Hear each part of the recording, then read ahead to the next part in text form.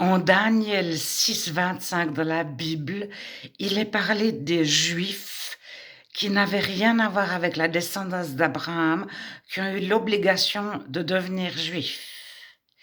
Il y a aussi les Juifs qui sont venus habiter auprès des Juifs et qui se sont fait circoncire et baptisés. Par la suite, pour avoir l'accès au temple juif, il fallait être immergé dans l'eau, trempé dans l'eau de la tête aux pieds, submergé par l'eau pour être purifié, pour avoir l'accès au temple juif. Alors, il y a beaucoup de non-juifs qui sont devenus juifs de l'histoire, soit de leur propre volonté, soit parce que ça leur a été imposé.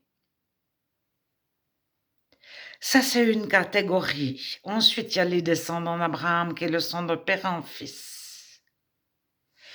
Et il y a une catégorie toute particulière, c'est ceux qui avaient le Saint-Esprit. Indépendamment de leurs origines, de leurs parents, plusieurs Juifs avaient le Saint-Esprit. David avait le Saint-Esprit.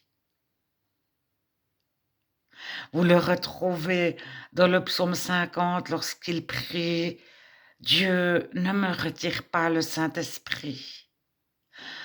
Ceux qui ont accueilli Jésus, Anne et Siméon, dans l'évangile de Luc, Jésus a quelques jours, c'est 30 ans avant la Pentecôte, plus de 30 ans avant la Pentecôte.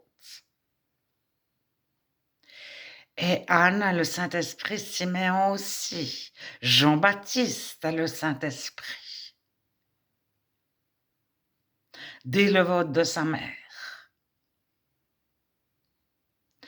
Alors, Paul dira qu'il y a les Juifs circoncis du cœur et les Juifs circoncis de la chair.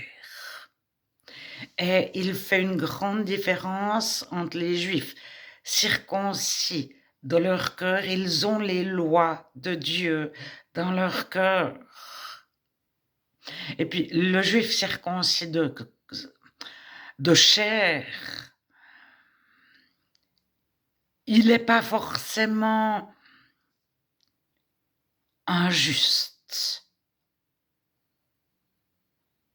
Il n'est pas forcément en communion avec Dieu réellement, avec l'amour de Dieu de son cœur et la volonté de Dieu de son cœur, les lois de Dieu de son cœur.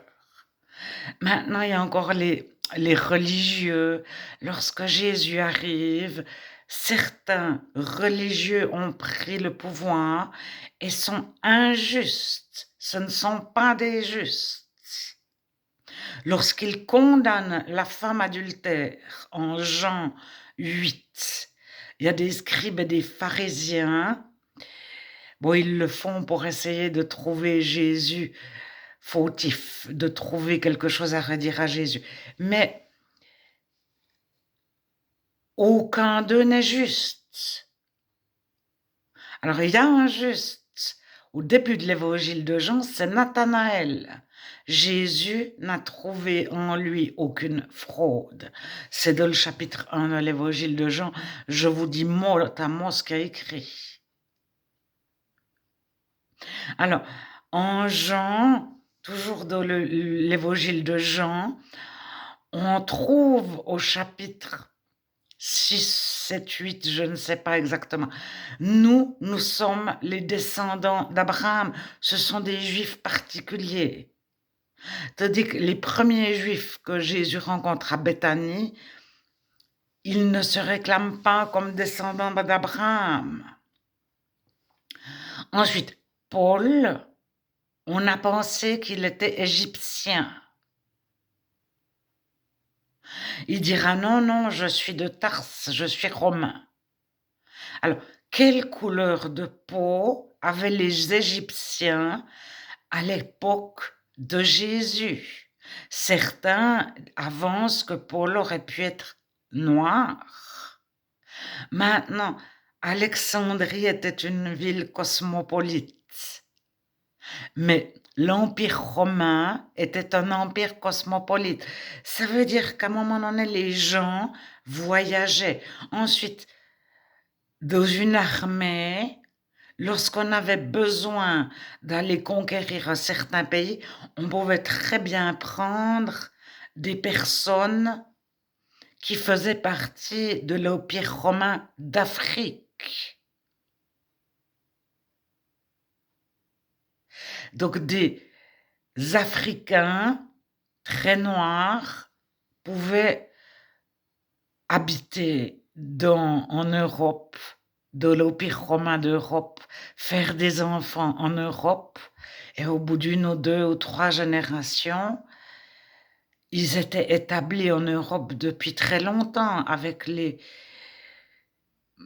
Donc, il ne faut pas se représenter que Jérusalem était composée de personnes toutes blanches à yeux verts ou toutes brunes à cheveux noirs avec les mêmes yeux. Des Juifs du monde entier venaient à Jérusalem pour Pâques. Alors, ça ne se voit pas, et surtout les Éthiopiens qui figuraient beaucoup de l'Ancien Testament en tant que Juifs d'Éthiopie. Dans le Nouveau Testament, dans les évangiles, on ne les retrouve pas. Et de certaines traductions, l'Éthiopie est traduit par Kunsh, c'est-à-dire le mot hébreu. Et les Éthiopiens sont des Kunshites. On ne voit pas qu'il y a des personnes à couleur foncée dans la Bible, bien que Moïse a épousé une femme noire. Il a eu Séphora, une femme noire, et puis il a eu 4 femmes, je crois, Moïse. Et elle était de Nubie. Alors, qu'est-ce que la Nubie? C'était un peu l'Égypte et l'Arabie. Et ces pays, qu'est-ce que l'Empire romain aujourd'hui? On sait qu'il est grand, petit, il a commencé par être minuscule, il a eu des limites énormes et il s'est effondré. Alors, la Nubie n'a pas toujours eu les mêmes frontières.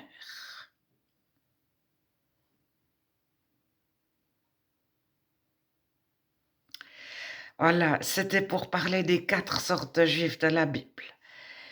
Il y a ceux qui sont descendants d'Abraham, ceux qui le sont devenus au cours de leur vie, puis de génération en génération, les enfants sont restés fils de circoncis et se sont fait circoncire. Et les filles, elles ne se faisaient pas circoncire. Bien que je pense qu'on ouvrait l'hymen des filles, elles subissaient une certaine circoncision. Vous pouvez voir ma vidéo sur la circoncision. Ensuite, donc ça fait 2. Ensuite, il y a les religieux qui sont des injustes, qui n'ont pas le Saint-Esprit et qui prennent la religion juive en main sans Dieu. Et ce sont contre eux que Jésus luttera, c'est-à-dire c'est eux qui lutteront contre Jésus. Et après, il y a les circoncis de cœur, ceux qui ont le Saint-Esprit. Alors maintenant, il y a encore ceux qui sont plus ou moins... Ils sont simplement circoncis à la naissance, et puis ils oublient tout, puis il y en a, ils suivent les fêtes, etc.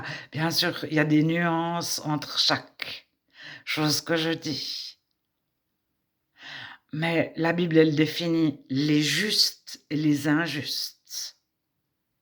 Et il y a des justes qui n'étaient pas juifs dans l'Ancien Testament. La prostituée, Rahab, qui a fait sortir, je ne sais plus qui, des murailles de la ville de un petit panier. Elle n'était pas juive. mais elle est considérée comme juste et d'autres